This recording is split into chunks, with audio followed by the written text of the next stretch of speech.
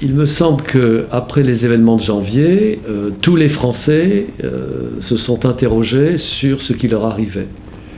Et donc, ils se sont interrogés sur les causes d'une situation où se produisait ce qui paraissait tout de même inconcevable il y a quelques années, c'est-à-dire l'action criminelle tournée contre, je dirais, des parties de la France, ou des éléments de la France, ou des éléments particulièrement représentatifs de la France, une action criminelle conduite par des citoyens français. Et cette question que amis, correspondants ne cessaient de travailler entre eux par Internet ou par la conversation ou par le téléphone, j'ai commencé à essayer de la traiter pour être au clair d'abord avec mes propres pensées. Voilà.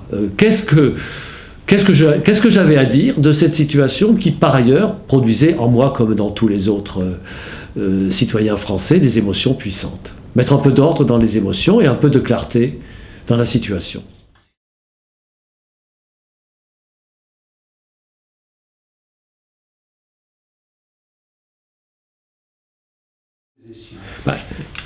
Tout simplement parce que nous sommes un pays laïque, la laïcité est instituée, elle est puissamment instituée, de la vie générale c'est une spécificité française, et on demande à cette laïcité qui est là, qui est triomphante, qui est embrassée unanimement, de résoudre un problème qui est avec nous depuis 30 ans, qui ne cesse de s'aggraver, et que manifestement la laïcité ne résout pas. Et donc, je me demande pourquoi elle résoudrait maintenant ce qu'elle n'a pas résolu depuis 30 ans. Donc, je pense que l'on est parti sur une base erronée, et d'abord sur une fausse interprétation de ce que peut faire la laïcité. Bon, la laïcité, en un mot, c'est la neutralité religieuse de l'État. Elle est acquise, personne ne la conteste. Ce que l'on voudrait faire faire à la laïcité aujourd'hui, c'est tout à fait autre chose. C'est neutraliser religieusement la société. Et je dis simplement, ce n'est pas possible. La société est ce qu'elle est. Un des aspects fondamentaux du régime moderne, du régime libéral, c'est que la société est libre d'être ce qu'elle est.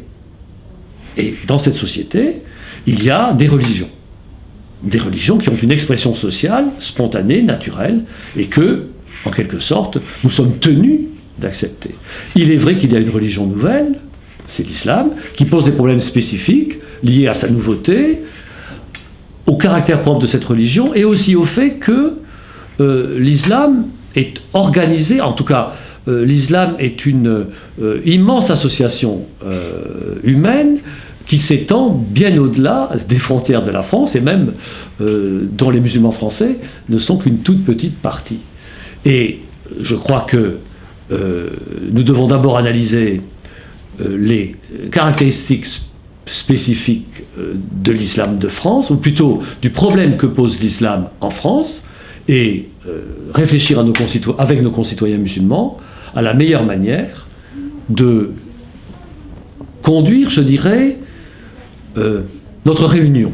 Car, je crois qu'on peut le dire, il y a une séparation, malgré tout, entre les musulmans de France, je parle des musulmans français, de nos concitoyens musulmans, et le reste du corps civique. Il y a une séparation, il y a une méfiance, réciproque d'ailleurs, et donc comment traiter ce problème? Et j'essaie de proposer une démarche qui soit autre chose que simplement l'invocation d'une laïcité qui manifestement est à côté du sujet.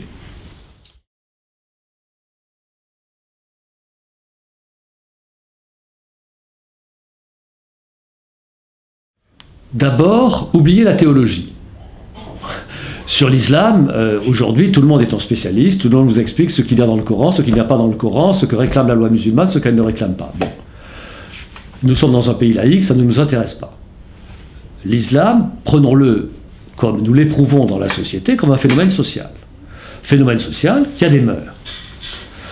Le problème pour les Français, qui ne sont pas musulmans, et aussi pour les musulmans français, c'est qu'est-ce qu'on fait avec, disons, la distinction, le caractère distinctif des mœurs musulmanes.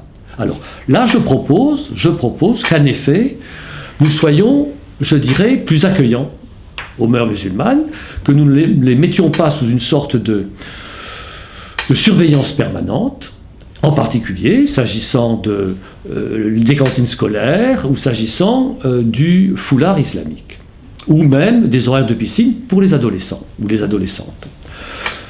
D'autre part, effectivement, je pose un certain nombre de limites à cette acceptation. La polygamie et le voile intégral me paraissent deux choses inacceptables pour notre société. Mais donc, je propose, si vous voulez, ce qu'on peut appeler un compromis avec nos concitoyens musulmans. Acceptons plus généreusement, en tout cas avec moins de réticence, les mœurs musulmanes, tout en posant des limites que je viens d'indiquer rapidement, et si j'ose dire, leur proposant en quelque sorte ce compromis, à cette acceptation que nous faisons plus généreusement des mœurs qui sont les leurs et auxquelles ils tiennent, nous leur demandons d'entrer plus franchement dans la vie civique que nous partageons. Et c'est là que je fais la demande qui, si j'ose dire, est la plus difficile pour eux, mais aussi pour nous. Je leur demande, si j'ose dire je leur demande de venir vraiment, de voir comme l'horizon de leur action la communauté nationale, et donc de prendre leur indépendance. De prendre leur indépendance à l'égard du monde arabo-musulman, et en particulier pour la formation des imams et la gestion des mosquées et des associations musulmanes. Et là, il faut que le gouvernement français fasse preuve enfin d'un peu d'autorité, bien sûr. Et donc, je leur demande donc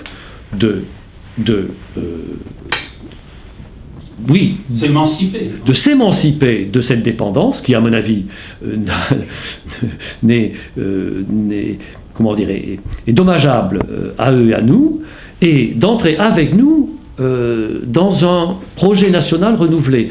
Et cette demande que j'adresse aux musulmans, je l'adresse à nous-mêmes, puisque au fond, le mouvement de la politique française depuis 30 ans, c'est quand même d'oublier la France et de postuler que notre avenir était dans une Europe sans frontières. Et je crois que ce qui rassemble vraiment les hommes, animaux politiques, c'est quand même la participation à une communauté politique vivante. Et c'est le pari de mon propos, c'est que je crois encore que la nation reste le cadre naturel de la vie civique, aujourd'hui encore, et je propose en quelque sorte aux musulmans d'entrer dans ce cadre avec nous, franchement, ce qui suppose, en effet, pour eux, non pas une réforme, mais un changement de perspective peut-être, et pour nous aussi un changement de perspective sur l'avenir.